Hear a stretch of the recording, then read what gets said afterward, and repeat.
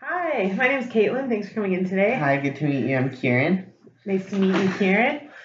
So, before we get started, I just wanted to go over a little bit about confidentiality. I know that it says a little bit about it on our intake form, but I also just wanted to go over it with you in person and let you know what that means. So, anything you and I talk about is 100% confidential, except for there's a few exceptions to that. So, if you are at risk of harming yourself, so suicide, or if you're going to harm someone else, so homicide. Those are things that legally need to be disclosed. Sometimes, if the court may ask for case notes through a subpoena, so they might be, the case notes might be used in a court of law. Also, if there is risk to a child or an elderly person, that also needs to be disclosed. Did you have any questions about that, or did you want me to elaborate on anything? Or no, it seems pretty. Okay, perfect. So can you tell me a little bit about what brought you into our office today? Yeah. So I'm in my fourth semester at school, and I'm gonna graduate hopefully. But for some reason I'm still struggling with, like, I don't know, like, next steps and what like where I'm gonna go next or what I'm gonna do, and I'm feeling really overwhelmed with how to move forward and stuff. Okay. So you're feeling overwhelmed. Do you want to elaborate on that a little bit more? Are you overwhelmed just with the prospect of the future, or is it financial, or are you looking for a job? I think it's like all of the above a little bit. Like, I'm hearing a lot of voices that say, oh, well, you should go to university and you should get a degree and that kind of stuff. And then there's some people that are telling me, oh, well, you should work and make money before you go to university. And there's, there's like my parents want me to go to school. But with the new OSAP cuts and stuff, like, I don't know if I'm going to be able to afford to go to school because I'm living, on my own and stuff. So I have lots of bills, and I have a bunch of debt already from this degree. So it's just, and I don't know if I'm going to get a job in my field if I go out and try and work because, I don't know. So. What field are you going into?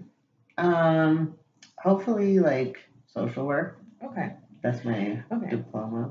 And so I just wanted to talk a little bit. You said a lot of these voices are telling you what you should do, but I'm interested in what you think you want to do. What does Kieran want to do? Not what Kieran's parents want to do, not what Kieran's friends think he should do. What does Kieran feel like he should do or wants to do? I don't know. I mean, I haven't had a lot of time to sort of think about it. Honestly, I don't know. I think in an ideal world, I would like to pursue some higher education.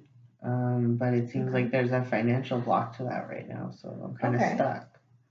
Okay, so you want to pursue maybe a bachelor's degree or a master's, or like how like what is your, like, do you have an end goal in mind, or are you not sure yet? Not really. It would be nice to have as much education as possible, right, before going out into the field. Like, I'm gonna do like a placement, so I'm gonna get sort of an idea of what it's like to be in the field. But I think it would also be good to have a little more knowledge to like back up what I'm doing. So, but again, money, right? So. Okay, so you're saying that money is kind of the main issue why you are hesitant to pursue post-secondary education. there are some options. We have some resources about that could help you find employment as you're pursuing your degree. It's a big step to take, like it's a lot of work, but that's one option. Another option we have is we do work with a financial planning agency, so they specialize in helping you manage your debts and create budget plans. And she just sort of helps you put it all on paper, so it's not this big, scary, overwhelming situation that you're describing. So those are maybe a couple options we could look at if you're interested. Um, what do you think about those? Yeah, like I mean, it sounds like a good idea. I mean, I'd go talk to a financial planner just to see if it's like doable or Hmm. whatever. I mean, it can't hurt, I guess, right? So I think that'd be something good.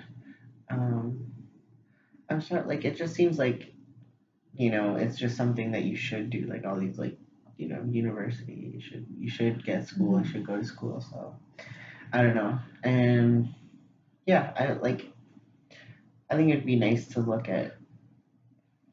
So you're feeling a lot of pressure from other people on what you should do, and you're not really Yeah, like I'm like, still I'm still not 100% sure okay. that that's what I want to So, do. so if you're not 100% sure that you want to go to post-secondary, um, what what other options do you think there are for you? Well, I mean, there's like you said, like working, right? But Yeah. there's also like work, like I'd have to work and And go to school. mhm. Um, yeah, so I guess I could look at just getting a job right now, but I don't know if I'm gonna be ready for that with my level of with my like degree and stuff, right? Okay. So Well, there are other options for employment, um, and I've heard you saying that you're concerned about maybe getting a job in your field, but um, even if you did get into like maybe an entry level position, um, it might not be exactly what you want to do, but you can kind of get your foot in the door a little bit, right, and work towards that bachelor's degree or master's degree, or maybe do that a little bit before you commit to going back to school full time again. right, okay. It's a lot. It's a lot to sort of think about um, where my life's gonna go and what what kind of things I should do, right? I don't know. It's a lot, right? Like part of me wants to just shut down and not deal with any of it and just sort of, oh well, I'll deal with it once I graduate and figure it out later. But I don't know. I feel like I should start figuring it out before I graduate, right?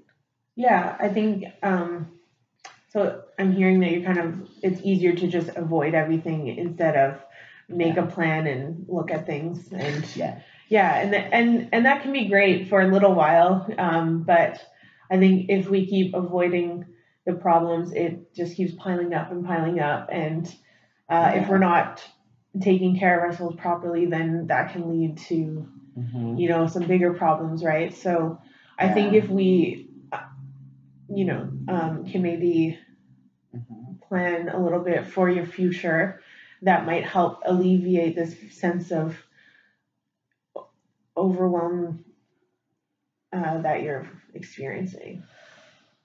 Yeah, I think so too. I think it'd be a good place to start. I'm not much for planning. I've always sort of just go with the flow, but well, maybe this is one of those things you should try and plan, I guess. So Yeah, I think in instances like these, it is important to have a plan and to have goals, but that goals don't always work for everybody. So we can look at other planning strategies if that doesn't work for you, or um, is is there any other any other ideas that you have, or Well, like the other options, like it's like work, go back to school, or like I end up moving in with my parents again, basically, right? Because yeah, if I can't support myself financially in some capacity, then I'm gonna be forced to have to like move back in with them. So that's the three kind of biggest options, right? Like I either have to find some kind of job, find a way to get back to school, or move back in with my parents and just kind of mooch off everybody. So. And what do you think moving in with your parents would look like? Do you have a good relationship with them, or? Yeah, I mean, like I've lived with my mom like before.